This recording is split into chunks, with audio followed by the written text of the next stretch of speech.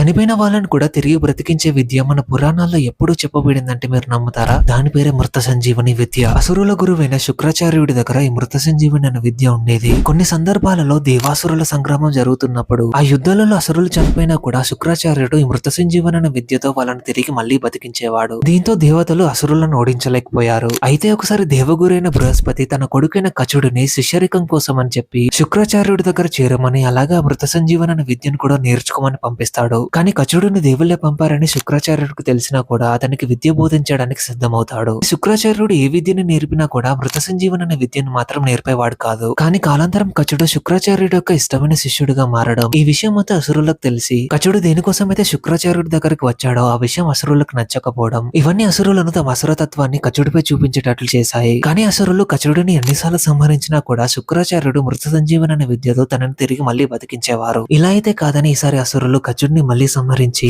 తన బూడిదని శుక్రాచార్యుడు తాగే పానీయంలో కలిపేస్తారు. చివరికి శుక్రాచార్యుడికి ఈ విషయం తెలిసినప్పుడు ఇప్పుడు తన మృత సంజీవని అనే విద్యతో కచుడిని మళ్ళీ కాపాడినా కూడా కచుడు శుక్రాచార్యుడు కడుపులో నుండి బయటికి రావాలి, అది శుక్రాచార్యుడి మరణానికి దారితీస్తుందని తెలిసి తన కడుపులో ఉన్నప్పుడే శుక్రాచార్యుడు మృత సంజీవని విద్యని కచుడికి బోధిస్తాడు. బూడిదగా మారిపోయినా కూడా సంజీవని విద్య ప్రభావంతో కచుడి చైతన్యం ఇంకా నిలిచే ఉంది. శుక్రాచార్యుడు అతన్ని పిలిచినప్పుడు అతని స్వరం తన కడుపులో నుండి వినపడేది. సో కచుడు బయటికి వచ్చిన తర్వాత తనకు నేర్పిన మృత సంజీవని అనే విద్యతో తనని మళ్ళీ బతికించమని శుక్రాచార్యుడు అడుగుతాడు. దానికి అంగీకరించిన కచుడు శుక్రాచార్యుడి కడుపులో నుండి బయటికి వచ్చి అప్పుడు మరణించిన శుక్రాచార్యుడిని అదే మృత సంజీవని విద్యతో తిరిగి మళ్ళీ బతికిస్తాడు.